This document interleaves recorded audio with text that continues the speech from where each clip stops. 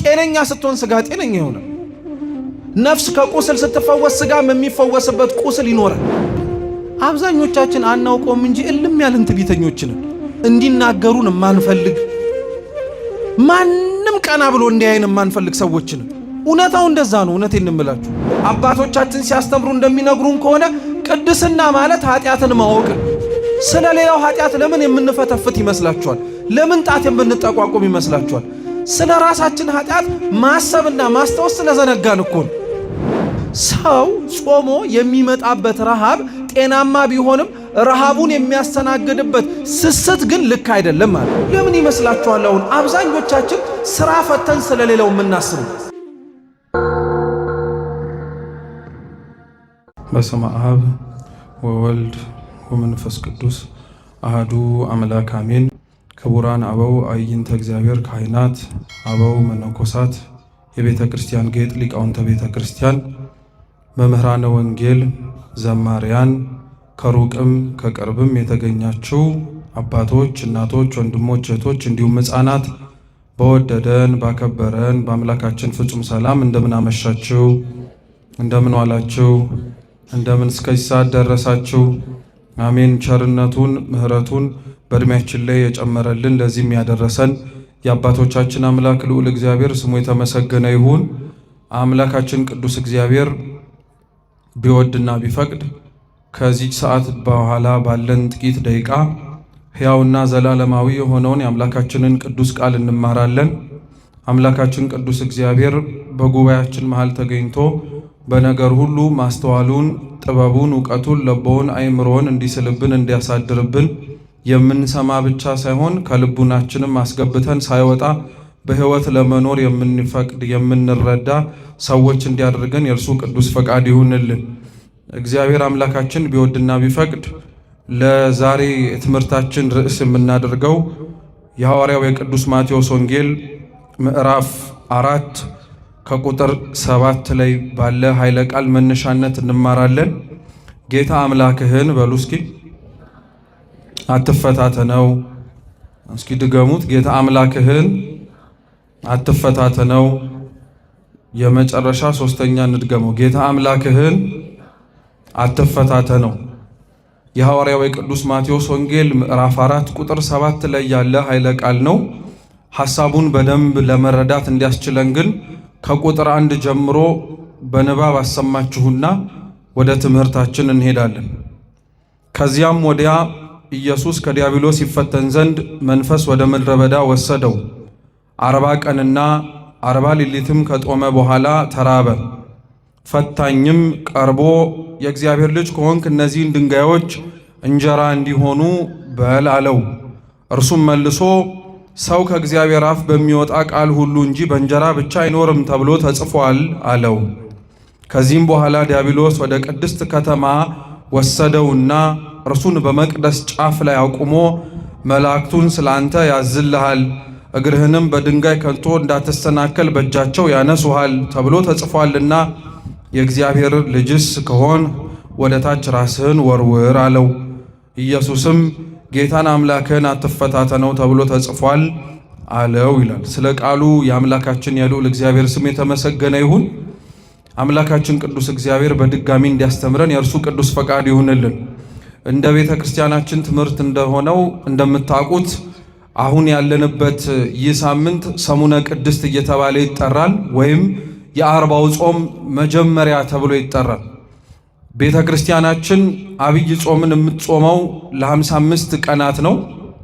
በእነዚህ ቀናት ውስጥ ቤተ ክርስቲያን 40 ቀንና 40 ሌሊት የጾመውን ጾም ቁጥሩን ያሳደገችባቸው ምክንያቶች መካከል አንዱ የአርባው ጾም ከሚጀምረው እና ከሚወጣበት ዕለታት ላይ ተጨማሪ አንዳንድ ሳምንት ከፊትና ከኋላ ጨምራለች። ከፊት ያለው የተጨመረው ሳምንት ዘወረደ ይባላል። በመጨረሻም ደግሞ የተጨመረው ሳምንት ደግሞ ትንሣኤን ከማክበራችን በፊት የምናሳልፈው ሰሙነ ሕማማት። እነዚህ ሁለት በመጨረሻና በመጀመሪያ ያሉ ሳምንታት እንደዚሁ ዝም ብለው አበው አባቶቻችን የጨመሯቸው አይደሉም። የመጀመሪያው የዘወረደ ሳምንት የተጨመረበት አንደኛው ምክንያት ጌታችን ጾመ፣ ጸለየ፣ ተራበ፣ ተጠማ ከማለታችን በፊት ወረደ ብለን መናገር መጀመሪያ መቅደም አለበት። በእርግጥ ስለ ጌታችን መውረድ መወለድ ቤተ ክርስቲያን የምታስታውሰው የአብይ ጾም የመጀመሪያው ሳምንት ዘወረደ ላይ ብቻ አይደለም። ቤተ ክርስቲያን ስለ ጌታችን መውረድ ስለ ጌታችን መወለድ የማታስብበት ዕለት የለም። በላይ ያለ አምላካችን መድኃኒታችን ኢየሱስ ክርስቶስ ለሰው ልጅ ድህነት ሲል ከመቤታችን ከንጽሕት ድንግል ማርያም መወለዱን ተወልዶም ደግሞ በየጥቂቱ እንደ ሕፃናት ማደጉን እናቱን እየታዘዘ በዛች በገሊላ መንደር ውስጥ ይኖር እንደነበረና ሰው መሆኑን ከኃጢአት በቀር የምታስታውሰው አንድ ሳምንት ብቻ አይደለም። ቤተ ክርስቲያን እነዚህን የጌታን የመውረድ፣ የመወለድ፣ የማደግ፣ የማገልገል አይነት አገልግሎቶች በሙሉ ዘወትር በምትፈጽመው በምስጢረ ቅዳሴ ታስታውሰዋለች። አንድ ሰው ስለ ጌታ መወለድ ቤተ ክርስቲያን ውስጥ መጥቶ ለመማር ቢፈልግ የሚጠብቀው አንድ መምህር ቆሞ ቤተ ክርስቲያን ክርስቶስ ተወልዷል ብሎ እንድታስተምረው ብቻ አይደለም። አሁን ከተሰበሰብንበት ከዚህ ከቤተ መቅደሱ ፊታችንን ባዞርንበት ከጀርባ አንድ ቤተ መቅደስ የምትመስል አነስተኛ ክፍል አለች። ቤተልሔም ይባላል። እስኪ ቤተልሔም በሉ። ቤተልሔም እንደምታስታውሱት ከአብይ ጾም አስቀድሞ በነበረው የነቢያት ጾም ላይ ጌታችን መድኃኒታችን ኢየሱስ ክርስቶስ ምን ያረገበት ቦታ ነው? እስኪ የተወለደበት በሉ። የተወለደበት ነው፣ የወረደበት ነው። ሰውን መስሎ በእንስሳት በረት ውስጥ ተጥሎ እንደ ሕፃናት ሲያለቅስ የእናቱን ጡት እየፈለገ ለመጥባት ሲፈልግ ያየነበት ቦታ ነው። ቤተልሔምን ቤተ ክርስቲያን የምታስታውሰው ስለዚህ ገና ሲመጣ ብቻ አይደለም ማለት ነው። ሁሌም ቤተ ክርስቲያን ውስጥ ቤተልሔም አለ። ቤተልሔም አለ ማለት ስለ መውረዱ ትናገራለች፣ ስለ መጸነሱም ትናገራለች። ከዚህ ውጪ ደግሞ ጌታችን ኢየሱስ ክርስቶስ መወለዱን መውረዱን የምታስታውሰው ደግሞ ከአንድ ስሙን ጠርታ ካስቀመጠችለት ቤተልሔም ተብሎ ከሚጠራው አንድ ቦታ ብቻ ሳይሆን ደግሞ በውስጥ በምታደርጋቸውም ስርዓቶችም ጭምር ነው። ለምሳሌ ስርዓተ ቅዳሴያችንን ከመጀመራችን በፊት የምንሰበሰብበት ወይንም ደግሞ የምንጠራበት የመጀመሪያው ደውል አለ። በእርግጥ ይህ ደውል የመጀመሪያ ደውል የሚባለው ለቅዳሴ ነው እንጂ ስርዓት አምልኮ ለጀመርንበት አገልግሎት ከሆነ ሁለተኛው ደውል ነው። ስንተኛው አልኳችሁ? ሁለተኛው ደውል ነው። የመጀመሪያው ደውል የተጋብኦ ደውል ነው የሚባለው። በሌሊት ነው የሚመታው። ራሱ በሌሊት ነው የሚደወለው። በሌሊት ድምፁን ሰምተው ምእመናን ይሰበሰባሉ። ቤተ መቅደሱ ይከፈትና የጸሎት አገልግሎቱ ይጀምራል። ይሄ ደውል በሌሊት የተመታው ማለት ነው የነቢያት የትንቢታቸው ድምፅ ወይንም ደግሞ የትንቢታቸው ትምህርት ምሳሌ ነው። ለምን በጨለማ ተመታ? ነቢያት ይኖሩበት የነበረው ዘመን የጨለማው ዘመን ብሉይ ኪዳን ተብሎ ስለሚጠራ ነው። ሥርዓተ ቅዳሴውን ከመግባታችን በፊት ልዑካኑ ወደ ቤተ መቅደስ ወርደው ቅዱስ ሥጋውን ክቡር ደሙን ይዘው ወደ ቤተ መቅደሱ ሲመጡ ደግሞ የሚደወል ደውል አለ። የቅዳሴ ደውል ይባላል። ለቅዳሴው መጀመሪያ፣ ለአምስቱ ለሚደወሉት ደውሎች ደግሞ ሁለተኛ ነው። ይህ የቅዳሴ ደውል ደግሞ ጌታችን መድኃኒታችን ኢየሱስ ክርስቶስ ከመውረዱና ከመወለዱ በፊት እንደሚወርድና እንደሚወለድ ለእናቱ በቅዱስ ገብርኤል አማካኝነት ያበሰረው ብስራት ምሳሌ ነው። ስለዚህ ወረደ ከማለት በፊት አስቀድሞ መጸነስ ያስፈልጋል። ወይም ወረደ ብለን ተጸነሰ እንላለን፣ ተጸነሰ ብለን ተወለደ እንላለን። ስለዚህ ስለ ቤተ ክርስቲያን የሚያውቅ ሰው ወይንም ደግሞ ቤተ ክርስቲያንን ገብቶ ለሚመለከታት ሰው ስለ ጌታ ልደትና መውረድ የምታወራው የሆነ ወቅት ፈልጋ ብቻ እንዳልሆነ በደንብ ማወቅ አለብን። ሁሌም ስለ ጌታ ልደት ትናገራለች። ስለዚህ ዘወረደ የተባለው ዋነኛ ምክንያት ይሄ ነው። ሁለተኛው ዘወረደ እየተባለ የሚጠራው ሳምንት ደግሞ የዝግጅት ሳምንት ነው። እስኪ የዝግጅት ሳምንት በሉ። አብይ ጾም ክርስቲያኖች ጉዞ ነው። ክርስቲያኖች በመጨረሻ ከጌታቸው ጋር አብረው ሕማም ተቀብለው በኋላም ደግሞ በዕለተ እሁድ ከተነሳው ከአምላካቸው ጋር እስከሚነሱ ድረስ ጌታቸውን ኢየሱስ ክርስቶስን ተከትለው የሚሄዱበት ጉዞ ነው። ይሄ ደግሞ ዝግጅት ይፈልጋል። ለምሳሌ ጌታችን ኢየሱስ ክርስቶስ የሞቱን እና የትንሣኤውን ነገር ለሐዋርያት ከመፈጸሙ በፊት ረጅም ጊዜ ይነግራቸው ነበር። እንዲያውም አባቶቻችን ሲያስተምሩ አምላካችን ኢየሱስ ክርስቶስ የሰጣቸውን ቅዱስ ሥጋውንና ክቡር ደሙን ሐዋርያት አባቶቻችን የቆረቡበት ቀንና ትምህርቱን የሰሙበት የመጀመሪያው ቀን የ2 ዓመት ልዩነት አለው። የስንት ዓመት? 2 ዓመት ሙሉ ሲያዘጋጃቸው ነበር። 2 ዓመት ሙሉ ሲያስተምራቸው ነበር። 2 ዓመት ሙሉ አብሯቸው ይመላለስ የነበረው ጌታቸው እንደሚሰቃይና እንደሚንገላታ በየዕለቱ እያስታወሰ ያስተምራቸው ነበር። ታስታውሱ እንደሆነ እንዲህ አይነቱ ነገር ዝግጅት እንደሚያስፈልገው የምናውቀው የዮሐንስ ወንጌል ምዕራፍ 6 ላይ ጌታችን ኢየሱስ ክርስቶስ ራሱን የሕይወት እንጀራነቱን ትላንትና ለእስራኤላውያን ያወርድላቸው ከነበረው መና ጋር እያነጻጸረ ያስተምር ነበር እና ምን አላቸው? አባቶቻችሁ ከላይ ከሰማይ መና ወርዶላቸው በሉ ጠጡ፣ ነገር ግን ሞቱ። ከሰማይ የወረደ በልታችሁት የማትሞቱበት የሕይወት እንጀራ እኔ ነኝ። ይህም የምሰጣችሁ የሕይወት እንጀራ ደግሞ ስጋዬ ነው አላቸው። ምኔ ነው አላቸው? ስጋዬ ነው አላቸው። እና በጊዜው ትምህርቱን ይሰሙት የነበሩት አይሁድ ፈሪሳውያን ተጨንቀው ነበር። በነገራችን ላይ የአይሁድና የፈሪሳውያን ጭንቀት የሚገርም ጭንቀት አይደለም። ሲጀመርም እሱን ስለማያምኑት ማለት ነው። የሚናገረው ነገር በሙሉ ተራ ነገር ነው ብለው ስለሚቆጥሩት ባያምኑም አይደንቀንም። የሚገርመው ግን የዮሐንስ ወንጌል ምዕራፍ 6 መጨረሻዎቹ ላይ ስናነብ ስለዚህ ስለተናገረው ነገር የሩቅ የሆኑት አይሁድና ፈሪሳውያን ሳይሆኑ አብረውት ሁሉን ጥለው የተከተሉት ሐዋርያት ራሱ እየተጠራጠሩ እንዴት ይሄ ነገር ሊሆን ይችላል እያሉ ሲናገሩ ነበር። እና ጌታችን ኢየሱስ ክርስቶስ ይሄንን ማመን ከከበዳችሁማ ወልደ እጓለ እመሕያው የሰው ልጅ የተባለው ጌታችን ኢየሱስ ክርስቶስ ወደ ላይ ወደ ሰማይ ሲወጣ ስታዩትማ እንዴት አይደንቅ አላቸው። እየሰማችሁ ነው? ወረደ ከገረማችሁ ወጣማ ጭራሽ ይደንቃችኋል እያለ ነው። ወረደን ካላመናችሁ አረገ ሲባል አትቀበሉም እያለ ነው። ስለዚህ ስለ አምላካችን ስለ መድኃኒታችን ስለ ኢየሱስ ክርስቶስ በዚህ ወቅት ላይ የሚሳተፉ ጾሙን የሚጾሙ ሰዎች ቅድመ ዝግጅት ያስፈልጋቸዋል። ሕሊናቸው መዘጋጀት አለባቸው። ራሳቸው ሰውነታቸው መዘጋጀት አለባቸው። ጾሙን ለምን ገብተው ለምን እንደሚያስወጡትም ማወቅ መቻል አለባቸው። ይሄንን ዝግጅት ለመዘጋጀት የሚያስችላቸውን የንስሐ ቦታ የመምረጥ ቅዳሴውን የሚሳተፉበትን ዕለታትን ለመለየት ከቅዱሳን ምስጢራት ከሆኑት ከቅዱስ ሥጋው ከክቡር ደሙ ለመቀበል የሚያስፈልጋቸውን ነገሮች በሙሉ መዘጋጀት የሚጀምሩበት ሳምንት ዘወረደን። ልክ ይሄንን ሳምንት እሁድ ጀምረን ቅዳሜ አብቅተን ቀጣይ ሳምንት እሁድ የምንጀምረው ቅድስት የሚባለው ዕለት አርባው ጾም ጌታችን ኢየሱስ ክርስቶስ የጾመው ጾም የሚጀምርበት ዕለት ነው። ይህ ጾም የጀመረበት ዕለት ላይ ደግሞ ጌታችን መድኃኒታችን ኢየሱስ ክርስቶስ በሰሙነ ቅድስት ማለት ነው ቤተ ክርስቲያን በጣም በስፋት የምታስተምረው ትምህርት በዚህ ሳምንት ስለ ቅድስና። መቼም ቅድስና አለ፣ ቅድስና ያስፈልጋል። ቅዱስ የሆነውን እግዚአብሔርን መስሎ መኖር ለክርስቲያኖች የተገባ ነው ከተባለ ቅድስና መኖሩንና አስፈላጊነቱን ብዙዎቻችን የምንጠራጠር አይመስለኝም።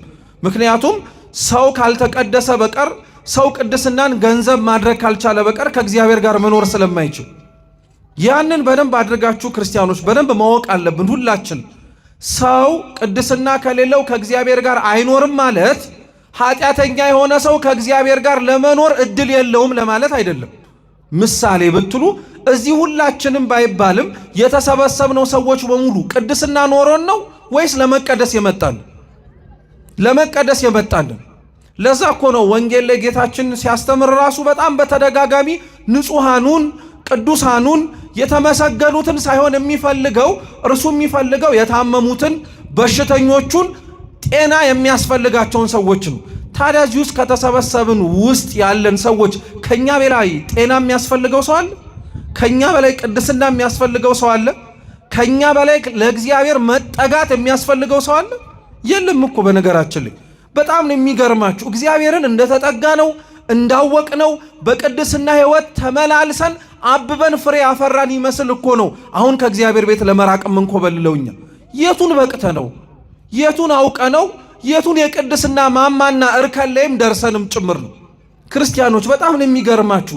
ቅድስና ምንም እንኳን በትርጉሙ ከእግዚአብሔር ጋር መኖር ወደ እግዚአብሔር መጠጋት ቢሆንም ቅድስና አንዱ አባቶቻችን ሲያስተምሩ እንደሚነግሩን ከሆነ ቅድስና ማለት ኃጢአትን ማወቅ ነው። እስኪ ቅድስና በሉ ማለት ኃጢአትን ማወቅ ነው።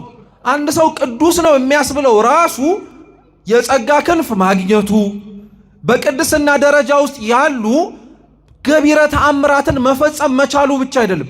እውነት ቅድስና ያላቸው ሰዎች እንደነዚህ አይነቱን ነገር ማድረግ የቻሉት ሳይሆን የራሳቸውን ኃጢአት ማየት የቻሉት ሰዎች ናቸው።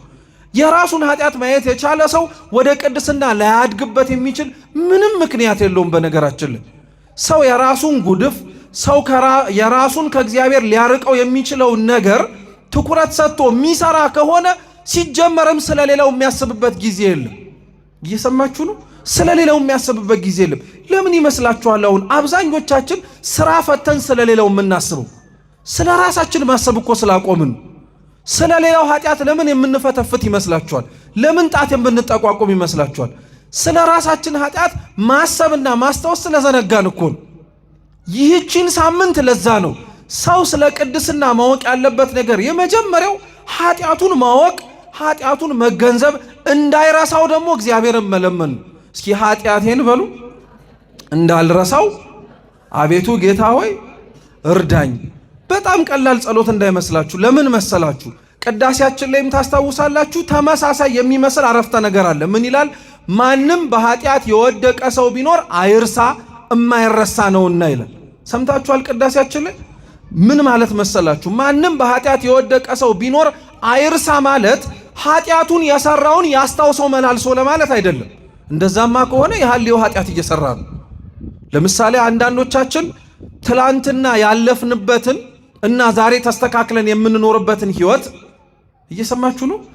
ትላንትና ያሳለፍነው የሆነ ህይወት ይኖራል፣ ባልባሌ ነገር ባልተገባ ነገር ማለት ነው። እና እንደነዚህ አይነቱን መሰል የሆኑ ህይወቶች አልፈን ደግሞ እግዚአብሔር ታሪካችንን ለውጦ የተስተካከለ ነገር ላይ አስቀምጦን ይሆናል።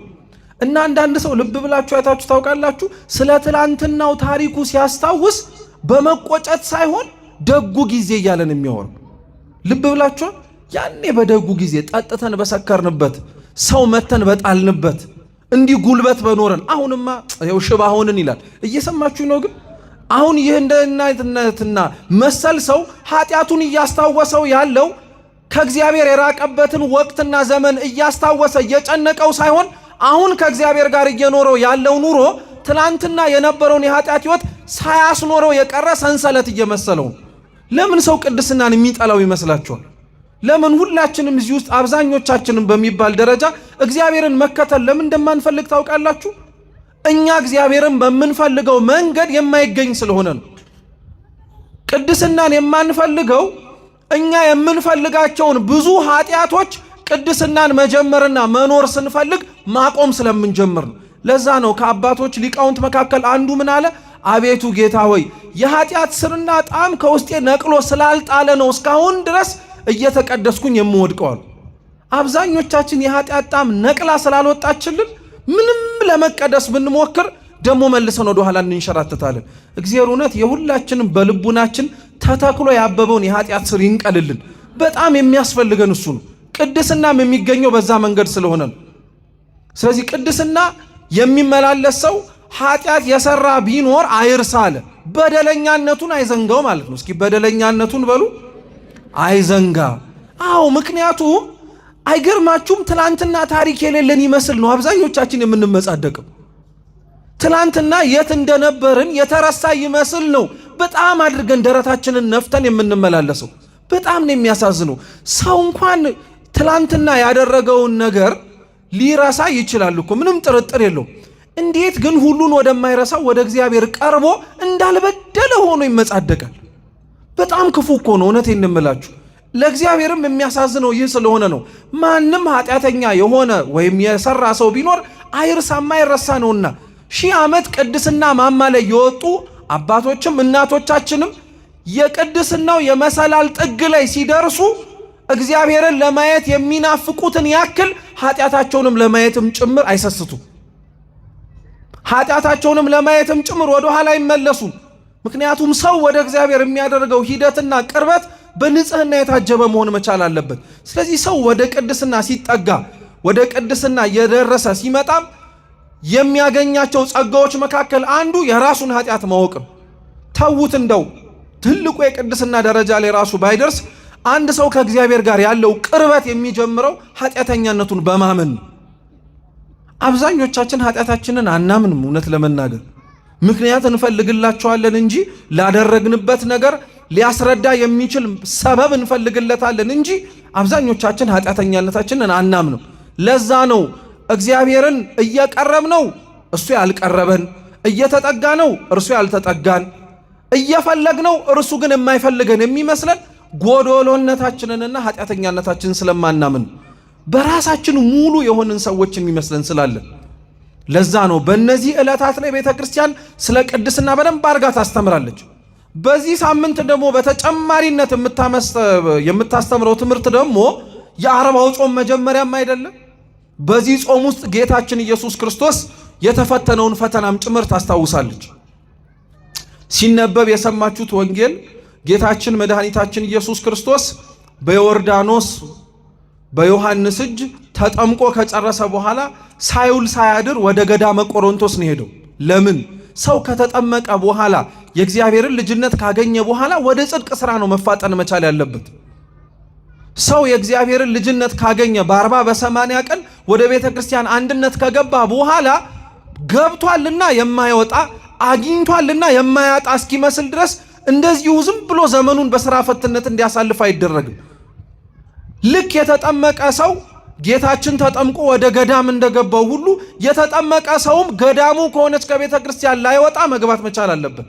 የጽድቅ ሥራን የቅድስና ሥራን መስራት እንዲጀምር ማለት ነው። ጾምን ደግሞ የመሰለ ትልቅ የቅድስና እርከን ትልቅ የቅድስና ደረጃም ጭምር የለም። ለምን መሰላችሁ? ጾም ራሱን ችሎ በውስጥ በተወሰነ ጊዜና በተወሰነ ሰዓት ከምግብ ከመጠጥ መከልከል ብቻ ሳይሆን መጽሐፈ መነኮሳት ጾም ብሎ የሚጠራው ነገር ወይም ጾም ምን ማለት ነው ተብሎ ሲጠየቅ መጽሐፈ መነኮሳት የሚመልሰው ስለ እግዚአብሔር ተብሎ የተተወ ነገር በሙሉ ጾም ነው የሚለው። እየሰማችሁ ነው? ስለዚህ ስለ እግዚአብሔር ተብሎ የተተወ ምግብ ብቻ አይደለም፣ መጠጥ ብቻ አይደለም፣ ልብስም ጭምር ጾም ነው። አሁን ብዙ ሰው እኮ ስላለባበሱ እየተነገረው የማይሰማው መጾም ስለማይፈልግ ነው። በልብስ እየሰማችሁ ነው? መጾም ስለማይፈልግ ነው። ሰው በልብስ ይጾማል ማለት ነው። ሰው በአስተሳሰቡ ይጾማል። ማሰብ የሌለብን ሐሳቦች እኮ አሉ። እንደ አንድ ክርስቲያን ተውት፣ እንደ አንድ ክርስቲያን ይቅር፣ እንደ አንድ ሰው ማሰብ የማያስፈልጉን ነገሮች ይኖራሉ። ያንን ሐሳብ ላለማሰብ ብዙ የሚሞክርና የሚጥር ሰው ማለት ሐሳቡን ለማጾም ሕሊናውን ለመግዛት የሚሞክር ሰው ነው። እንዲህ አይነቱን ቅድስና ነው ጾም የምታላብሰው። የነፍስን ቁስል ትፈውሳለች። አዎ ቅዱስ ያሬድም ብሎታል። የነፍስ ሕመሟስ ምን ይመስላችኋል? እንደ ሥጋ እኮ ቁስል እኮ አይደለም የነፍስ ሕመሟ።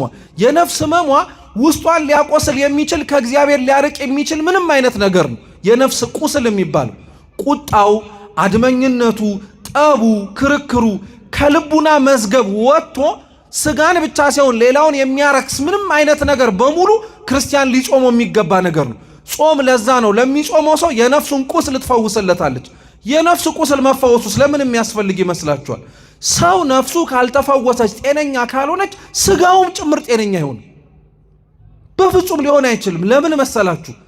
ሥጋ የሚቆመው በነፍስ ነው። እየሰማችሁ ነው? ነፍስ የሌለች ጊዜ ላይ ሥጋ ሊቆምም አይችልም፣ ሕይወትም አይኖረው። ለዛ ነው ክርስቲያኖች ከሥጋቸው በላይ ለነፍሳቸው የሚጨነቁት። ሥጋ የሚቆምበትን መሳሪያ ማቆም ነው በደንብ አድርጎ መበርታትና መሰራት ያለበት፣ ወይስ ሥጋ ላይ ነው በጣም ተጠንክሮ መሰራት ያለበት? ነፍስህ ላይ ነው። ነፍስ ላይ ነው በደንብ አድርጎ ስራ የሚሰራው። ነፍስ ጤነኛ ስትሆን ሥጋ ጤነኛ ይሆናል። ነፍስ ከቁስል ስትፈወስ ሥጋም የሚፈወስበት ቁስል ይኖራል። ይህን ማለት ግን በደንብ አድርጋችሁ ስሙ። በነፍሳቸው ከቁስል የዳኑ ግን በሥጋቸው አይቆስሉም ማለት አይደለም። ለምን?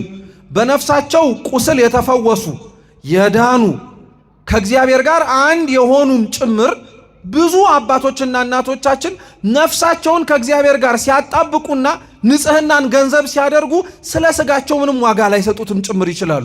ለምን? ይህ ፈራሽ በስባሽ ስለሆነ የማይፈርሰው የማይበሰብሰው ዘላለማዊም ሆኖ የሚዘልቀውን ስለ ነፍሳቸው ብቻ ነው የሚያስቡት። ስለዚህ ጌታችን ኢየሱስ ክርስቶስ ስለ ጾም ሲያስተምርና ጾምም ሊጾም ገባ ሲባል እንዴት ለነፍሳችን መጨነቅ እንዳለብን ከጥምቀት ያገኘነውን ጸጋ እንዳናጣው በምን አይነት መልኩ መጋደል እንዳለብንም ጭምር ለማሳየት ነው። ልብ አድርጋችሁ ስሙ ክርስቲያኖች። አንድ ክርስቲያን ባመነው እምነት ጸንቶ የሚቆየው በተቀበለው ሃይማኖት እግዚአብሔር ፊት ቆሞ ተመስግኖ ልክ መክሊቱን አትርፎ እንደተገኘው እንደዛ ሎሌ በጥቂቱ ታምነሃልና በብዙ ትሾማለህ ተብሎ የሚሾመው መቼ ይመስላችኋል? አንደኛ እምነት ሲኖረው ነው። እስኪ እምነት ሲኖረው በሉ እንጂ እምነት ሲኖረው ነው። አንደኛ መጀመሪያ ክርስቲያን ለመንፈሳዊ ህይወቱ ለመጾምም መጀመሪያ እምነት ሊኖረው ያስፈልጋል። ምክንያቱም ጾም ያለ እምነት ሊሆን አይችልም። ጾም በፍጹም ያለ እምነት ሊሆን አይችልም። የምንበላውን ያክል ምግብ ገብቶ ለሰውነታችን ይጠቅመናል እንደምንለው ሁሉ የምንጾመው ጾምም ለስጋም ለነፍስም ይጠቅማል ብሎ ማመን መቻል አለበት፣ ቢያንስ በትንሹ። ከእምነት በኋላ ደግሞ አንድን ሰው ምግባር ያስፈልገዋል። እስኪ ምግባር በሉ። ምግባር ያስፈልገዋል፣ ስራው ማለት ነው። አንድ ሰው ስለ ጾም ጥቅም አመነ ማለት ጾመ ማለት አይደለም። አንድ ሰው ስለ ጾም ጥሩ የሆነ መረዳት አለው ማለት ጾሟል ማለትም አይደለም። አንድ ሰው ስለ ጾም ያለውን እምነት የሚገልጸው በስራ በመጾም። ሶስተኛው እና በዋነኝነት እንድታውቁት የምፈልገው ግን ቢኖር ሰው እምነትና ምግባር ካለው በኋላ ያንን እምነቱንና ምግባሩን እንዳያጣ የሚያደርገው መንፈሳዊ ተጋድሎ ነው። እስኪ መንፈሳዊ ተጋድሎ በሉ። መንፈሳዊ ተጋድሎ ነው። ቅዱስ ቄርሎስ እስክንድሪያ እንዲያውም ሲያስተምር ምን ይላል መሰላችሁ? ክርስቲያኖች እግዚአብሔር አምላክ ሁለት ነገር ይሰጣቸዋል አለ። አንደኛ ያለ ዋጋ ይላል። እስኪ ያለ ዋጋ በሉ። ያለ ዋጋ እግዚአብሔር ይሰጣል። ለምሳሌ ከኛ መካከል ከፍሎ የተጠመቃል እንዴ? ታስቡበታላችሁ እንዴ? ማንም ከፍሎ ምን ያደረገ የለም። ከፍሎ የቆረባለ ከፍሎ የድህነት ጠበል ገብቶ የተጸበላለ የለም። ሁሉም የተሰጠው በምንድን ነው? በነፃ ያለ ዋጋ ነው። እየሰማችሁ ነው? አዎ። ስለዚህ ቅዱስ ቄርሎስ አንደኛ እግዚአብሔር በነፃ ይሰጣል አለ። እየሰማችሁ ነው? ቀጠለና በነፃ የሰጣችሁን ደግሞ እንዳይወስድባችሁ ደግሞ እንድትጠብቁት ይፈልጋል አለ። አብዛኛው ሰው አሁን እጁ ላይ ያለው ምንም አይነት በሉት ክርስቲያናዊ የሆነ ሀብት የማይነጠቅበት ይመስለዋል። በቃ ክርስቲያን ከሆነ የማይክድ ቤተ ክርስቲያን ከተገኘ ነገ የማይወጣ ዛሬ ከተቀመጠ ነገ ቆሞ የሚያሳምጽ አይመስለውም። ለዛ ነው ቅዱስ መጽሐፍ ማንም የቆመ ቢመስለው እንዳይወድቅ ምን ያርግን ያሉ ይጠንቀቅ። ይሄንንም ጥንቃቄ መንፈሳዊ ተጋድሎ ነው። ለዛ ነው ጾሙ የሚያስፈልገው። በነገራችን ላይ ማንም የጸደቀ ያለ ቢመስለው ማንም የተመሰገነ ማንም ጥሩ ነገር አድርጌያለሁ ብሎ የሚያስብ ሰው ከኛ መካከል ካለ ጾም ሊጾም ያስፈልገዋል። ይሄ ጾም ራሱን ዝቅ እንዲያደርግ ስለሚያደርገው። ስለዚህ ጌታችን ኢየሱስ ክርስቶስ ወደ ገዳመ ቆሮንቶስ ገባ። 40 መዓልትና 40 ሌሊት ጾመ። ከጾመ በኋላ ተራበ አለ። እስኪ ተራበ በሉ። መራቡ ፍጹም ሰውነቱን ለማጠየቅ ነው። ከኃጢአት በቀር ፍጹም ሰው የሆነው አምላካችን ኢየሱስ ክርስቶስ ተራበ ተብሎ ቢነገርለት ትልቅ ቁም ነገር ላይሆን ይችላል። ምክንያቱም መራቡ፣ መጠማቱ፣ ምግብ መፈለጉ 40 ቀንና 40 ሌሊት ምን ስላደረገ ነው? ስለ ጾመ ነው። ስለዚህ አንድ ሰው በነገራችን ላይ እስከ 9ም እስከ 11ም እስከ 12ም ጾሞ ቢርበው ለምን ራበኝ ሊል አያስፈልግም። ምክንያቱም ጌታው ራሱ ከጾመ በኋላ ምን አድርጎታል? እርቦታል። መራብ ያናክል ቁም ነገር አይደለም ልላችሁ ነው። ችግሩ ምን መሰላችሁ? የሱን ረሃብ የተመለከተው የሱን መጠማት ያየው ሰይጣን ዲያብሎስ ቀርቦት ምን አለው? አበው ሲናገሩ በትርጓሜያቸው ድንጋይ ብቻ ይዞለት አይደለም የመጣው፣ ድንጋይና ዳቦ ነው። ምን አልኳችሁ? ድንጋይና ዳቦ ይዞለት መጣ እና ምን አለው? ሊፈትነው ነው። ድንጋዩን ዳቦ አድርገውና እኔም ስለራበኝ አንተም ስለራበን እንበላለን አለው። ወይም ብላ አለው። ስሙ በደንብ። ድንጋዩን ዳቦ ቢያረገው ድንጋዩን ዳቦ አድርጎታልና ይህ ሰው ቅዱስ ነው ሊል ብቻ አይደለም። የሰይጣን ብልሃቱን በደንብ አድርጋችሁ ስሙ። ቅዱስ ዮሴፍ ከ12ቱ የያዕቆብ ልጆች መካከል አንዱ ማለት ነው። የተሸጠው ዮሴፍ አባቱ በመስኖ ላይ ያሉት ወንድሞቹ ማለዳ ለሥራ ሲወጡ እሱ ደግሞ ቤት ስለሚውል የምሳ ሰዓታቸው ሲደርስ ስንቅ እያሸከመ ይልከው ነበር። ማለትም ለወንድሞቹ ምግብ እንዲሰጥ ማለት ነው። እና ምግብ ተሸክሞ ሲሄድ ከዕለታት አንድ ቀን በጣም ራበው እና ምግብ ተሸክሞ ነው የራበው። እህል ይዞ ነው የረሃብ ስሜት የመጣበት። ቀላሉ መፍትሄ እርቦታልና ምግቡን ከፍቶ ምን ማድረግ ነው? መብላት ነው። ምንም እንኳን ግን ዮሴፍ ቢርበውም ያንን የተሰጠውን ምግብ ግን ከፍቶ ሊበላ አልቻለም። ዮሴፍን አሁን እንደዚህ ስነግራችሁ እመቤታችን ትዝ ትላችኋለች? አንዱ ባለቅኔ እመቤታችንን እንዲህ ብሎ ከተቀኝቶባት ነበረ። እመቤታችንስ እንዴት ያለች የምትደንቅ ናት! ሰማይ ሙሉ ጎመር መና ይዛ ደግሞ ፍርፋሬ እየለመነች ራበኝ የምትል። ሰማይ ሙሉ ጎመር መና የተባለው እኮ ባለቤቱ ነው። እሱን አዝላ እንጀራ የሚሰጠውን እንጀራ ትለምናለች። ልክ እንደ ዮሴፍ ማለት ነው። እንጀራ ቋጥሮ ምንድን የምበላው ብሎ እንደመጨነቅ ማለት ነው። እና እግዚአብሔር የዮሴፍን ታማኝነቱን አየለት። የዮሴፍን ቀናይነቱን፣ የልቡን ንጽህና አየና ካጠገቡ ካሉት ድንጋዮች መካከል ዳቦ አርጎ አበለው። ድንጋዩን ምን አረገለት? አሁን ሰይጣን ድንጋዩን ዳቦ አርገው ሲለው ለመብላት ብቻ አይደለም። ይሄን ድንጋይ ዳቦ ማረግ ከቻለ ዮሴፍ ሲርበው ድንጋዩን ዳቦ ያረገለት እሱ ነው ሊለው። እየሰማችሁ ነው? ስለዚህ ጌታችን ኢየሱስ ክርስቶስ ይህንን ድንጋይ ሲያቀረበለት ደሞም ዳቦ አመጣለት። ድንጋዩን ዳቦ ማድረግ ሳይችል ደግሞ አይ ዳቦ የምንበላው ይሻለናል ቢለው ደግሞ ድሮም ጠርጥል ያለው ሩቅ ብእሲ ነው ሰው ብቻ ነው ብሎ ክብሩን አሳንሶ ይበልጥ ሊያሰቃየው ፈልጎ ነው። ግን ጌታ ምን ብሎ ተናገረው? ሰው በእንጀራ ብቻ ሳይሆን ከእግዚአብሔር ቃል ወይም ከእግዚአብሔር አፍ በሚወጣውም ቃል የሚኖር ነው አለ። ምን ለማለት ተፈልጎ መሰላችሁ? ሰው ጾሞ የሚመጣበት ረሃብ ጤናማ ቢሆንም ረሃቡን የሚያስተናግድበት ስስት ግን ልክ አይደለም ማለት። እስኪ ስስት በሉ። አዎ ክርስቶስ በዚህ ጾም መጀመሪያ ድል ያደረገው ስስት ነው። ሰው ጾሞ ሲጨርስ ሊበላው የሚችለውን ነገር ሊስገበገብለት አያስፈልግም። ያን ያክል አምጣ አምጣ ሊለው አያስፈልግም ለማለት ነው። እኛ ግን በዋነኝነት ቢያንስ ሰፊ ቢሆንም በጥቂቱ እንድናየው የፈለግነው ዋነኛው ነገር ቢኖር ግን ሁለተኛውን ፈተና ነው። ሁለተኛውን ፈተና ጌታችን ኢየሱስ ክርስቶስን የፈተነው ጠላት ሰይጣን ዲያብሎስ እንዲያርጉ ነው። ስሙ ቁጥር 5 ላይ ከዚህ በኋላ ዲያብሎስ ወደ ቅድስት ከተማ ወሰደውና እርሱን በመቅደስ ጫፍ ላይ አቁሞ አለ። እስኪ በመቅደስ ጫፍ በሉ። አዎ የመጀመሪያውን ፈተና በረሃ ላይ ነው የፈተነው። ምንም የሌለበት ቦታ ላይ ነው ስለ ምግብ ሲያወራ የነበረው። አሁን ግን ጌታችንን ሊፈትነው የፈለገው በረሃ ላይ አይደለም፣ ምንም የሌለበት ሳይሆን መቅደስ ውስጥ ነው ሊፈትነው የፈለገው። አዎ መቅደስ ውስጥ ፈተና እንዳለ ሊያሳየው እኮ ነው። ብዙ ሰው ቤተክርስቲያን ሲጠጋ መቅደስ የተባለ ቦታ ወደ ውስጥ ሲገባ ፈተና አልባና ምንም ነገር የሌለ ይመስሏል። እንዳይመስላችሁ ክርስቲያኖች፣ መቅደስ ውስጥ ያለው ፈተና እንዲሁም ከውጭ ካለው ሳይብስ ይቀራል። እንዲሁም የሱ ትንሽ ጠንከር ያለ ነው። ምክንያቱም የምግብ ጉዳይ የውጭ ፈተና ነው። አያችሁት? እህል የሚያሳስበው ሰው ገና ቤተ መቅደስ ገብቶ ያልተፈተነ ሰው ነው። ቤተ መቅደስም ገብቶ ምግብ የሚያሳስበው ከሆነ ሰውነቱ ነው እንጂ ይሄ ሰውዬ እዚህ ያለው ሐሳቡና ምኞቱ የት ያለ ሰው ነው? ውጭ ያለ ሰው ነው። ውጭ ያለ ሰው ነው ስለ ምግብ የሚያስበው። ይሄንን የምግብ ፈተና የስስት ፈተና ያለፈ ሰው ግን መቅደስ ውስጥ የገባ ሰው ነው። ክርስቶስን መቅደስ ቦታ ላይ ወሰደው። በመቅደሱ ውስጥም አልፈተነው። በመቅደሱ ውስጥ አስገብቶ ቤተ መቅደሱ ጫፍ ላይ ነው ያወጣው። አዎ ስሙ በደንብ። ለምን ይመስላችኋል ቤተ መቅደሱ ውስጥ ያልፈተነው? ጫፍ ጣሪያ ላይ እስኪወጣ ድረስ ምን አስጠበቅ? አዎ ሰውን ሰይጣን በጣም የሚገርማችሁ ክፋቱ የሚፈትነው ቤተ ክርስቲያን ገብቶ መኖር የጀመረ ጊዜ አይደለም። ሲፈትነውም በዛ ጊዜ ላይ በጣም ቀላል የሆነ ፈተና ነው የሚፈትን። ግን ቤተ መቅደስ ውስጥ እየቆየ ሲመጣ፣ ቤተ መቅደስ ውስጥ ያለው ሱታፌ እየጨመረ ሲመጣ፣ ቃለ እግዚአብሔር መስማት ሲጀምር፣ መዝሙር ማዳመጥ ሲጀምር፣ መልካም የሆኑ እግዚአብሔርን የሚያስደስተውን ነገር በሙሉ መስራት ሲጀምር ምንም አይለውም። እየሰማችሁ ነው? ምንም አይለውም።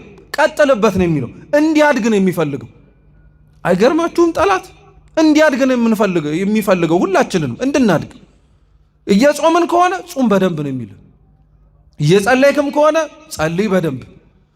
እየሰገድክ እየመጸወት ከሆነ በደንብ አድርገው። እያስቀደስክም ከሆነ በደንብ አስቀድስ፣ አልነካህም ነው የሚለው።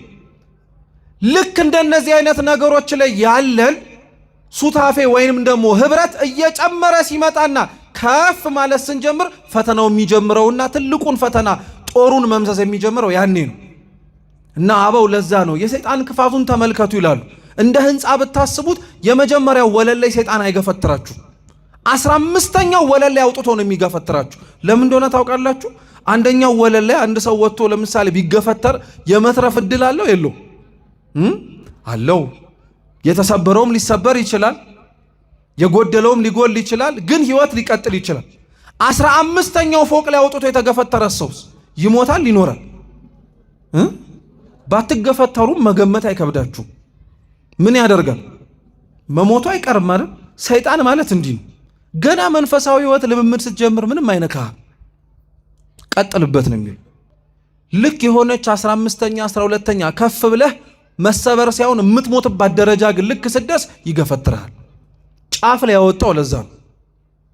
ጫፍ እስኪወጣ ምንም አላለው፣ እየገፋ ነው የወሰደው። ክርስቶስ ሳይገርማችሁ እየተገፋ መሄዱ። አሁን እኛ ይሄንን ፈተና ብንፈተን ምንም ላይ ደንቅ ይችላል። ይሄን ፈተና በነገራችን ላይ የትዕቢት ጾር ነው። እስኪ ትዕቢት በሉ። አሁን እኛ በትዕቢት ብንፈተን በጣም ነው የሚደንቀው፣ እጅግ በጣም ነው የሚደንቀው። በእውነት ለምን መሰላችሁ? ትዕቢት እኛ ላይ ሲመጣ የሚደንቀው አንድ ሰው የሚታበየው የሆነ ነገር አለኝ ብሎ ሲተማመን ነው አይደለም? ነው አይደለም? አሁን ምን ኖሮን ነው እኛ የምንታበየው? አለን የምንለው ነገር በሙሉ እኮ እግዚአብሔር ነው፣ በሙሉ ማለት ነው። እኛን በትዕቢት ብንፈተን በጣም የሚደንቀው ምንም ነገር ሳይኖረን ስለምንኮፈስ ነው። ክርስቶስን በትዕቢት ሲፈትነው ግን በጣም ይደንቃል። ሁሉም ነገር በእጁ ነው፣ ሁሉም ነገር የራሱ ነው። ግን ዝም አለው፣ እስከ ጫፍ እስኪወጣ ድረስ ጠበቀው። ወጣ። ልክ ጫፉ ላይ ሲቀመጥና ጫፉ ላይ ሲያወጣው የቤተ መቅደሱ ጫፍ ላይ ሲያደርሰው ምን አለው? ቁጥር 6 ላይ እንዲህ ብሎ ተናገረ። መላእክቱን ስላንተ ያዝልሃል፣ እግርህንም በድንጋይ ከቶ እንዳትሰናከል በእጃቸው ያነሱሃል ተብሎ ተጽፏልና የእግዚአብሔር ልጅ እስከሆንክ ወደ ታች ራስን ወርውር አለ። ሰይጣን ከተናገረው ነገሮች ውስጥ የምንማረው ነገር ምን መሰላችሁ? አንደኛ ይሄ የተናገረው ኃይለ ቃል መዝሙር 90 ላይ ያለ የመዝሙረ ዳዊት ጥቅስ ነው። ቁጥር 11 ላይ ነው ያለው። ከ10 ጀምራችሁ ብታነቡት ስለ እግዚአብሔር ጠባቆት ነው የሚናገሩ። ነፍሱ በልዑል ዘንድ ታርፍ ዘንድ የመረጠ ሰው እግዚአብሔር እንዴት እንደሚጠብቀው የሚናገሩ።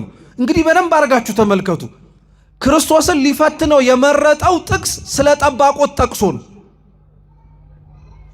ክርስቶስን ሊፈትንበት የወደደበት ጥቅስ መዝሙረ ዳዊት ነው።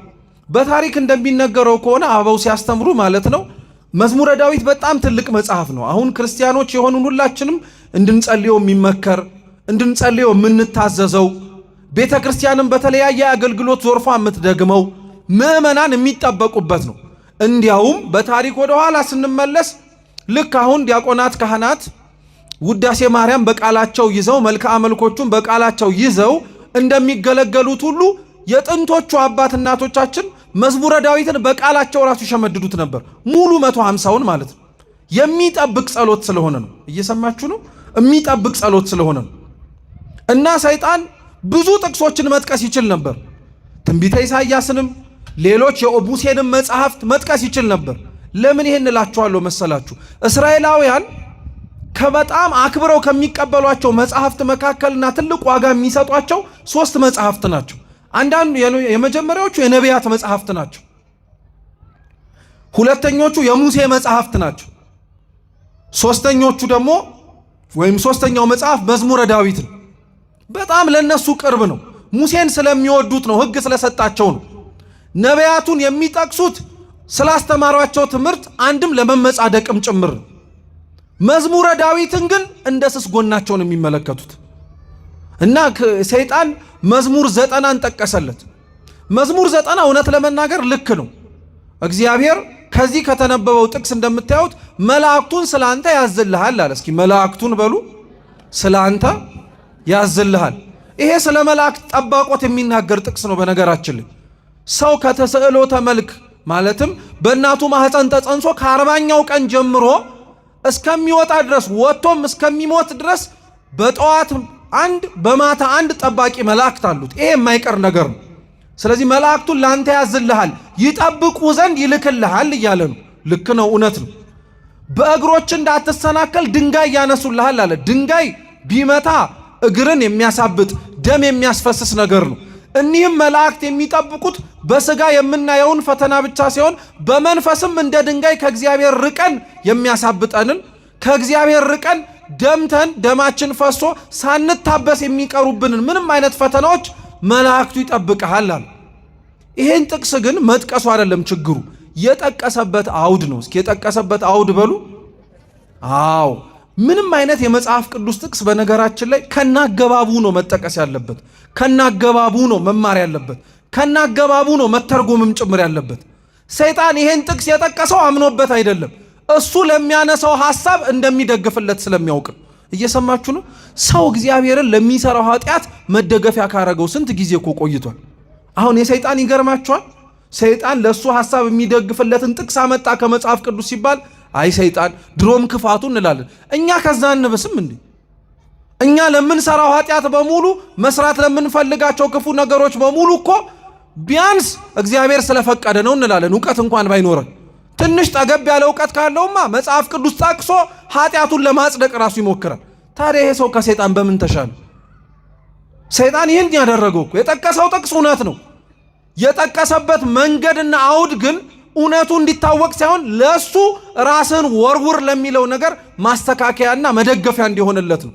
ክርስቲያኖች መጽሐፍ ቅዱስን ለኛ ኃጢአት መስሪያ ምክንያት እንዲሆነን ሐሳባችንን እንዲደግፍልን የምንጠቅሰው መጽሐፍ አይደለም። ራሳችንን አይተን እንድናስተካክልበት የምንታረምበት መስታወት ነው እንጂ።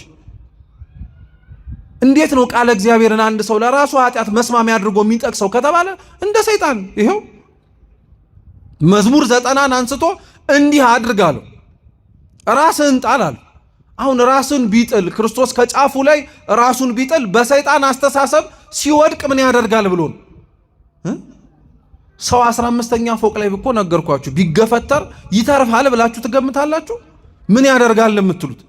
ስለዚህ ስለ እግዚአብሔር ጠባቆት የነገረው ሰይጣን ጠባቆቱን እንዲያውቀው ያደረገው ወይም ጠባቆቱን ማወቅ የምትፈልግ ከሆነ እስኪ ራስህን ጣለው ነው ያለው።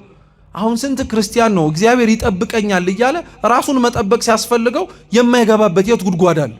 አንዳንዶቻችንማ እግዚአብሔርን እንፈትነዋለን እኮ የማይገባበት ቦታ ገብተን እስኪ ያውጣኝ እንለዋለን። መጀመሪያውኑ እኛ ለምን ገባን እዛ ውስጥ? መጀመሪያውኑ ራሳችንን እዛ ቦታ ውስጥ ለምን ከተትን? ራሳችን ባመጣነው ጦስ ራሳችን በራሳችን በገባንበት ቦታ ላይ እግዚአብሔርን መፈተን ማለት እንዲህ ማለት እኮ ነው። ትዕቢት እንዲህ አይነት ጾር እኮ ነው በነገራችን ላይ። ይህ እውነተኛ የትዕቢት መገለጫ ነው።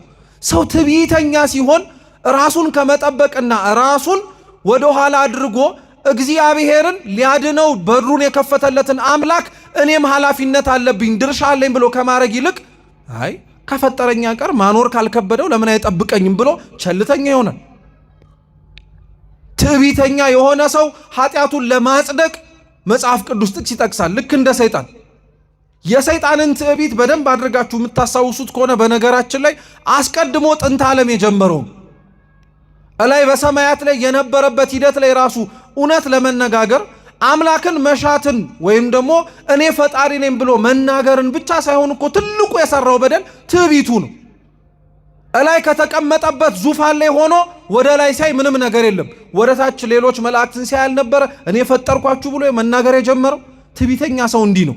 ከላዩ ማንም ያለ አይመስለውም፣ እግዚአብሔርም ያለ አይመስለውም። ከታች ያለውን ሰው በሙሉ ሲመለከት ግን ማን እንደኔ ይላል። ትዕቢተኛ ሰው እንደዚህ አይነት ሰው ነው። ትዕቢት እዚህ ላይ ደግሞ አታቆምም። የእሱን ስራ መስራት የሚፈልጉ ሰዎች እስራኤላውያንስ የሰሩትን አታስታውሱም? መዝሙር 77 በቅንፍ 78 ላይ ልበ አምላክ ቅዱስ ዳዊት ይናገራል። እግዚአብሔርን ፈተኑት ይላል። ምን ብለው? በደንብ አድርጋችሁ ስሙ። በግብፅ በረሃ እያለፉ ሲሄዱ እግዚአብሔር አምላክን ትላንትና ራበን ብለው ሲለምኑት ከላይ ከሰማያት መንዳ አውርዶ በልቶ አጥግቧቸዋል። በደንብ አድርጉ። የሆነ ቀን ላይ ግን ትዕቢት አፍንጫቸው ላይ ሲመጣ ምን ብለው መናገር ጀመሩ? እውነት እግዚአብሔር ከላይ ከሰማያት መና አውርዶ ሊያበላን ይችላልን አሉ። ትላንትና ያረገላቸውን እግዚአብሔርን ዛሬ የማያረግላቸው መሰላቸው። ትዕቢተኛ ሰው እንዲህ ነው። አሁን ይሄ ጠባይኛ ውስጥ የለም ትላላችሁ?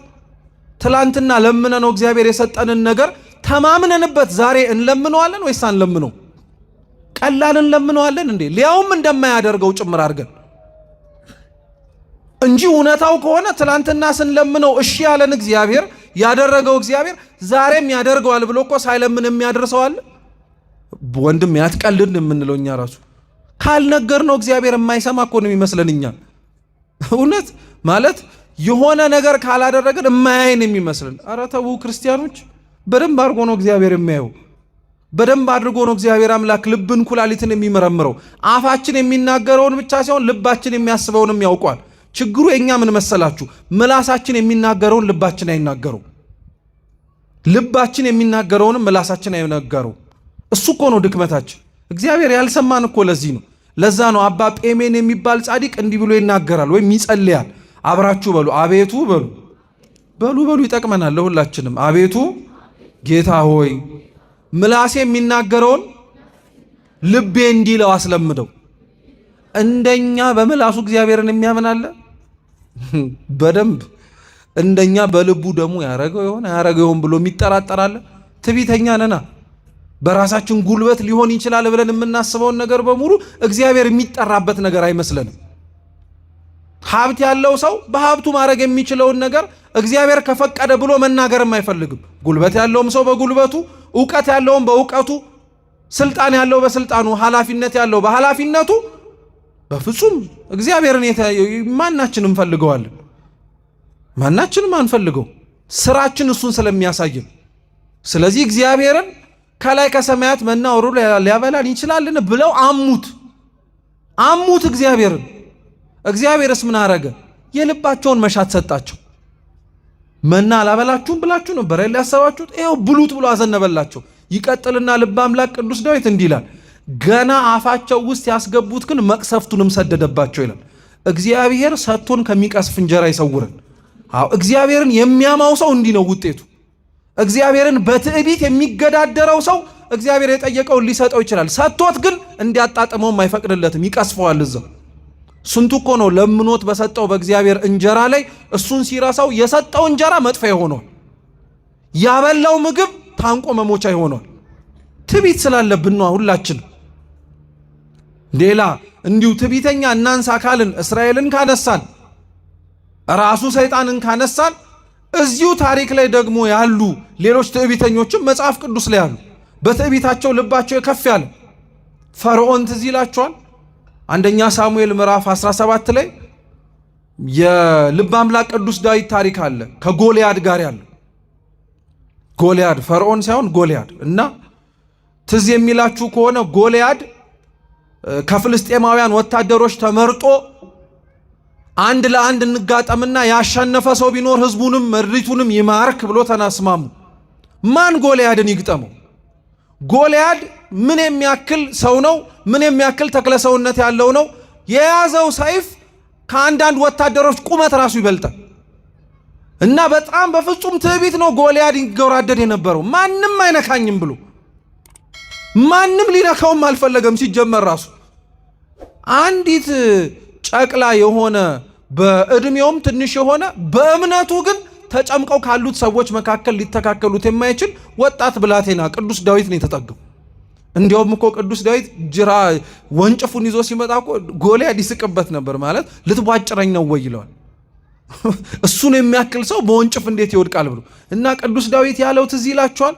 ስለ ጎልያድ ትዕቢት የመለሰው መልስ አንተ በተገዳደርከው በሰራዊት ጌታ በእግዚአብሔር ስም እመጣብሃለሁ አለ። እስኪ አንተ በሉ በተገዳደርከው፣ አይደርስብኝም ብለህ በተናገርከው፣ አይጥለኝም ብለህ ባሰብከው በሱ ስም እመጣብሃለሁ አለ። ዳዊት ላይ ኖሮ የጣለው እኮ ጠጠሩ ሳይሆን የእግዚአብሔር ስም ነው። ትዕቢተኛ ሰው ግን እንዲህ አያደርገው። ሲጀመር የእግዚአብሔርን ስም መጥራት ለምን ያስፈልገዋል? አለዋ ሁሉም ነገር። ስለዚህ ሰይጣን ሊፈትነው ሊጥለው የፈለገው በትዕቢት ነበር። ትዕቢት እንዴት ከባድ ጾር መሰላችሁ! አባቶቻችን ለዛ ነው ምን ይላሉ መሰላችሁ? አምስቱ ጾታ ምዕመናን የሚባሉ አሉ። ወይም ቤተ ክርስቲያን ውስጥ 5 ምድብ ነው ያሉት ሰዎቹ ሲመደቡ ይባላሉ ክርስቲያኖች። የመጀመሪያዎቹ ወራዙት ወጣቶች ናቸው። የነዚህ የወራዙት ምድብ ትልቁ ፈተናቸው ጾራቸው ዝሙት ነው ይላሉ። ምን አልኳችሁ? ዝሙት። የወጣት ወንዶች ትልቁ ፈተናው ዝሙት ነው። ሁለተኛ የወጣት ሴቶች ደግሞ ትልቁ ፈተናቸው ምንድነው ሲባል ምንዝር ጌጥ፣ ትውዝፍት ነው። ከልክ በላይ መኳኳል፣ ከልክ በላይ ማጌጥ፣ ከልክ በላይ ማማር፣ ከልክ በላይ መሽቆጥቆጥ፣ ይሄ የሴቶች ፈተና ነው አለ። ትልቅ ጾራቸውን ቀጠለ። ሶስተኛው ጾታ ምዕመናን ላይ ያሉት ደግሞ አረጋውያን ናቸው፣ ሽማግሌዎች ማለት ነው፣ ወይም አዛውንቶች ወንድም ሴቶችም። እነሱስ ፈተናቸው ምንድን ነው ቢባል ስስት ነው። ምን አልኳችሁ? ስስት። ምክንያቱም እድሜያቸው ስለገፋ ገንዘብ ይወዳሉ። ደሞ አደራችሁን እዚህ ውስጥ ያላችሁ ሽማግሌና አሮጊቶችን ለመንካት አይደለም፣ ግን እውነት የአባቶቻችን ትምህርት እሱ ስለሆነ ነው። ስላረጁ የሚጦራቸው የለም። ጧሬ ምኔ ነው የሚሉት፣ ገንዘቤ ነው በእሱ አትምጣ ነው የሚሉት። አራተኞቹ ጾታ ምእመን ላይ ያሉት እኛ የምንፈልጋቸው ማንን መሰላችሁ? ካህናትን ነው። እስኪ ካህናት በሉ። ካህናት በነገራችን ላይ የወል ስም ነው። ካህን የተባለ ሰው በሙሉ ሲመት ወይም ስልጣን ተሰጥቶት በቤተ መቅደስ አገልግሎት ላይ የሚመላለስ ብቻ አይደለም። እሱ አንደኛው የካህን መገለጫ ወይም የካህን ስም ትርጉም ነው። ካህን የሚባለው ግን በወል ስም መጠሪያው ሲተረጎም አገልጋይ ማለት ነው። እስኪ አገልጋይ በሉ። የአገልጋዮች እግዚአብሔርን የሚከተሉት ሰዎች በሙሉ በሚባል ደረጃ ትልቁ ፈተናቸው ትዕቢት ነው። ለካህናት ቢሆን ስልጣናቸው ሰማያዊ ረቂቅ ነው ብለው ይኮፈሱበታልና ይላሉ። አገልጋዮች ቢሆኑ ደግሞ የሚመኩበትና የሚኮፈሱበት የሚያምኑትን እግዚአብሔርን ነው። እውነት እግዚአብሔርን ያመነው ሰው ግን የሚኮፈስ ይመስላችኋል? እውነት እግዚአብሔርን የሚታመንበት ሰው በትዕቢት መንፈስ የሚያመልከው ይመስላችኋል? በፍጹም አይደለም። አባቶቻችን ለዚህ ማሳያ ናቸው። እግዚአብሔርን የሚያምነው ሰው በፍጹም ልቡ ትሁት የሆነ ሰው ነው። ትዕቢት ለሽታ ላይቀርበው የሚችል ዜና አበው ላይ ቅድም የንታ ሲናገሩ እዚህ አባ ሙሴ ጸሊም የሚባል ማህበር አለ ተብሏል አለ እና አባ ሙሴ ጸሊም በረከታቸው ለሁላችን ትድረሰን። የምታስታውሱ ከሆነ ድሮ ታሪካቸው ላይ በጣም ወንበዴ ነበሩ እና እግዚአብሔር በአንድም በሌላም መንገድ ወደ ገዳም ገብተው ያንን ሁሉ ነገር ትተው እንዲኖሩ ሲያረጋቸው ትዕቢትን ፈተና አድርጎ እንዲቀርብባቸው አድርጎ ነበር እና የገዳሙ አበመኔት ለአንዱ ረድብን አለው፣ ሂድና አባ ሙሴ ጸሊምን ነገ ቅዳሴ ትገባለህ፣ ሰውነት ግን ታጥበ ተዘጋጅ በለው አለው። ሄደ ነገረው። አባ ሙሴ ጸሊም ሰውነቱን ታጥቦ ተዘጋጅቶ ልክ ቅዳሴ ሊገባ ሲል ያንኑ ረድ መልሶ ጠራውና ሂድና በጥፊ መታው፣ አንተ ጠቋራ ደሞ አንተ ነው ገብተ የምትቀድሰው ብለ በጥፊ ምታውና ና አሉ። ሄዶ ልክ እንደተባለው አንተ ጠቋራ ብሎ በጥፊ መታውና ደሞ አንተ ገብተ ልትቀድስ ነው ሂድ ተመለሳል። ከዛ በኋላ የአበምኔት ያንን ሰው የላከውን መልሶ ጠራውና ምን አለ አባ ሙሴ ጸሊም አሉ። ምንም አልመለሰልኝም አሉ። ምንም አልመለሰልኝም። እንግዲያው ሲድና ተመልሰ ጠራውና ገብተ ቀድስ በለዋል። አበምኔቱ ሊፈትኑት የፈለጉት አባ ሙሴ ጸሊምን ትዕቢትን እውነት ውስጡ አለበት ወይስ የለበትም ብሎ። አሁን ከኛ መካከል እንደ አባ ሙሴ ጸሊም ተዘጋጅቶ መጥቶ አንዱ ሙልጭ አድርጎ ስድብ ተሳድቦት በጥፊ መቶት ወግድ ቢለው ልክ ብለሃል ብሎ የሚሄድ ሰው አለ? አብዛኞቻችን አናውቀውም እንጂ እልም ያልን ትዕቢተኞች ነን። እንዲናገሩን የማንፈልግ ማንም ቀና ብሎ እንዲያይን የማንፈልግ ሰዎች ነን። እውነታው እንደዛ ነው። እውነቴን እንምላችሁ መዋጥ ሊከብደን ይችላል እንጂ ሁላችን አብዛኞቻችን ትዕቢተኞች ነን። አባ ሙሴ ጸሊም ግን አልነበረም። ይገባኛል አለ። አረ ይሄ ገርማችኋል። አባ ዮሐንስ አጺርስ አባ ዮሐንስ አጺርን አንድ ሰው ወደ እሳቸው ተጠጋና ሙልጭ አድርጎ ሰደባቸው። ሙልጭ አድርጎ ክብረ ነክ የሆነ ስድብ ሰደባቸው። ዝም ብለው ሰሙትና የነሱን የእሳቸውን መሰደብ የከበደው ረድአቸው ይሄንንማ አናቱን ማለት ነው እንጂ አባ ሙሴ አባን ዮሐንስ አጺርን የታውቆት ነው ሲባል አባ ዮሐንስ አጺር ምን አሉ? አንተ ስላልገባ ነው እንጂ እኮ እሱ የውጭን አይቶ ሰራይ ነው እንደሰደበኝ፣ ውስጤን ቢያዩ ከዚህ በላይ ሰድበኝ ነበራል። እኛን ሊሆን አረረረ በፍጹም የታውቀህ ነው የምንለው እኛ። ውስጣችን ከዛ የከፋ መሆኑን እኮ ረስተነዋልኝ። እግዚአብሔርን አያችሁት እንዴት እንደምንፈታተነው? ያለን ይመስለናል እንጂ እኮ የለንም። አብዛኞቻችን ለአገልጋዮችስ ትልቁ ፈተና ምንድነው? ተርእዮ ነው። እኩይ የሆነ ተርእዮ ውጭ ወጥቶ መታየት አብዛኞቻችን እንፈልጋለን። እንኳን ቆሞ ከሚያስተምረው መምህር ይቅርና ተቀምጦ የሚማርም ሰው መታየት እንደሚፈልግ ታውቃላችሁ። አብሮት የሚማረውን ሰው ያያል ዞር ዞር ብሎ መማሩ ዕውቅና እንዲሰጠው ማለት ነው። ተቀምጠን የምንማረውም ቆመን የምንማረውም ሰው እንዲያይን እኮ አይደለም፣ እግዚአብሔር እንዲመለከትም። ምናልባት ፍጻሜያችን ዛሬ ከሆነ መጥቶ እግዚአብሔር ዙፋን ፊት ያቀረበን መልአከ ሞት የት አገኘሃቸው ከተባለ ቤተ ክርስቲያን ተቀምጠው ሲማሩ ቆሞ ሲያስተምሩ እና ሲማሩ ብሎ ይመሰክርልን ከሆነ ብለን እኮ ነው።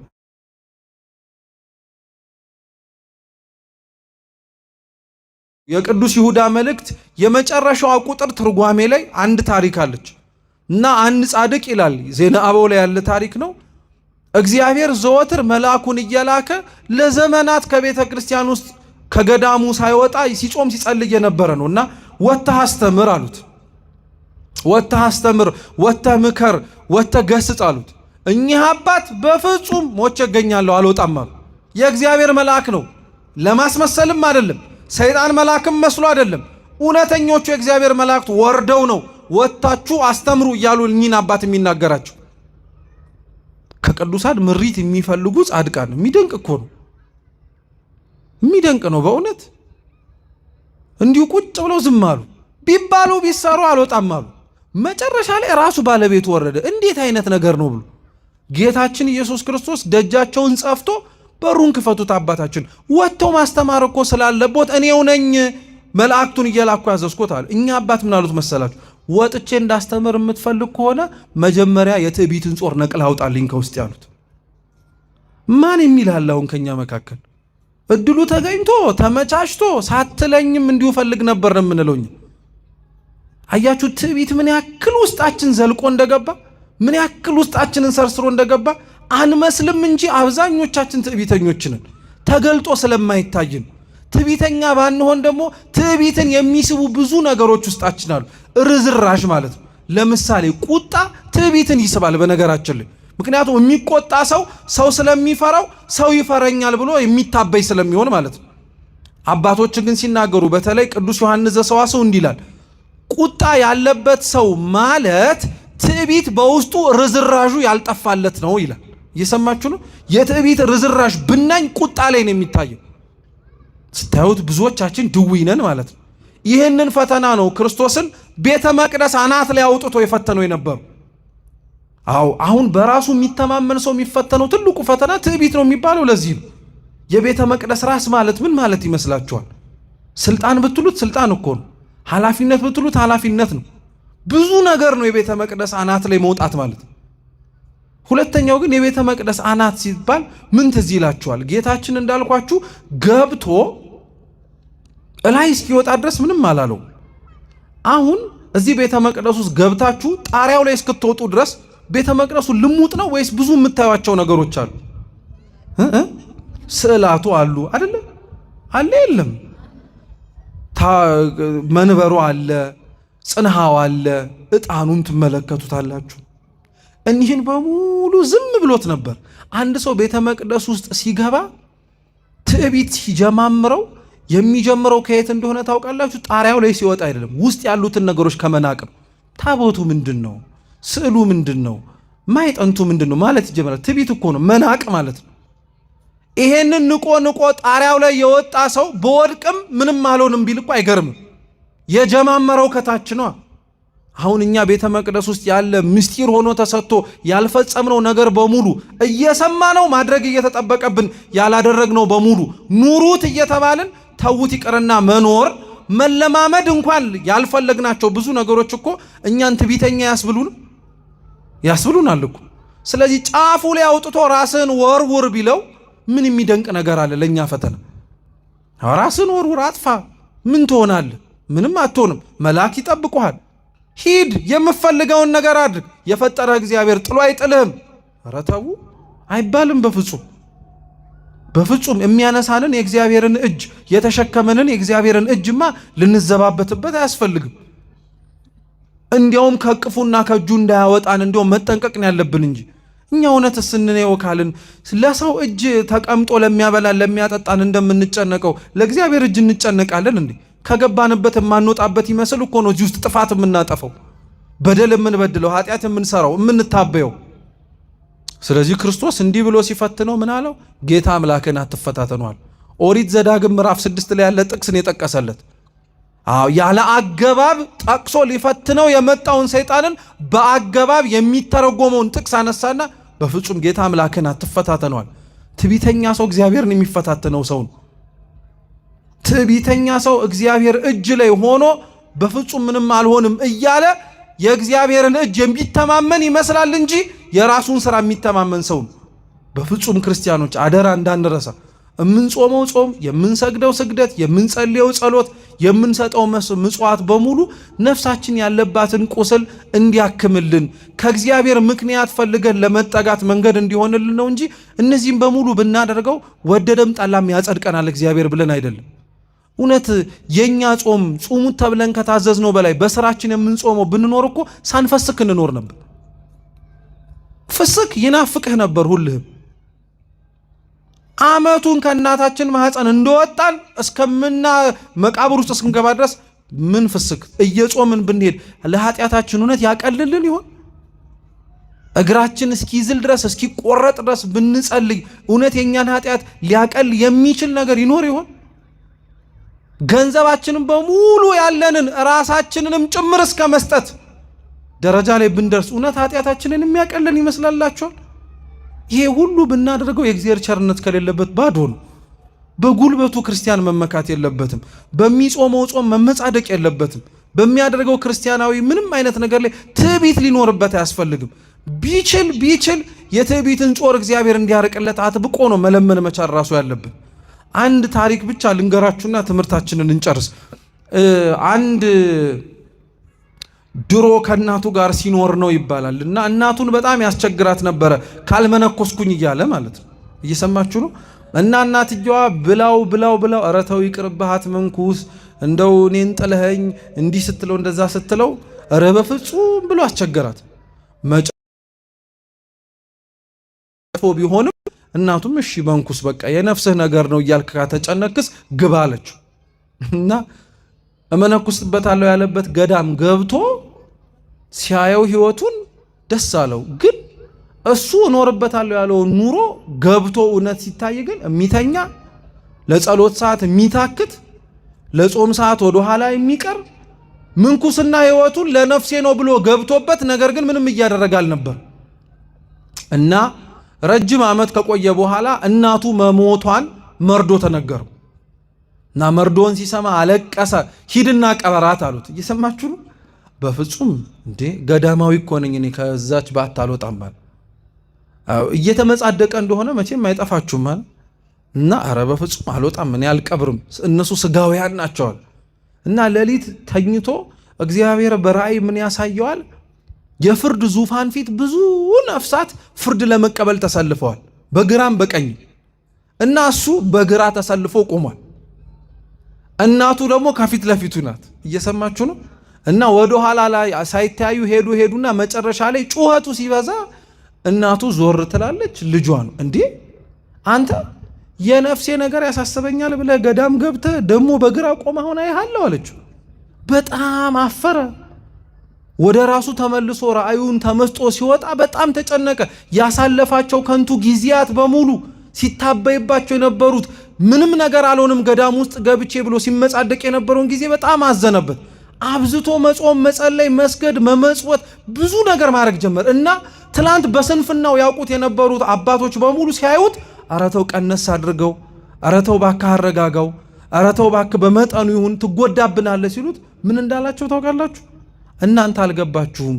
የፍርዱ ዙፋን ፊት ሳልቀርብ የእናቴን ፊት አይቼ እንዲህ ከተሸማቀቅኩኝ ከጌታዬ ፊትማ እንዴት ልቆም እችላለሁ ብሎ መለሰ ይባል እና እውነት ክርስቲያኖች እዚህ በምንኖራት በትንሽ ህይወታችን ላይ ሰውን ፈርተነው በምንኖረው ልክ እግዚአብሔር ፊት ስንቆም ደግሞ ምን ይለን ይሆን ብለን ሳንፈታተነው ለመኖር እግዚአብሔር ይርዳን።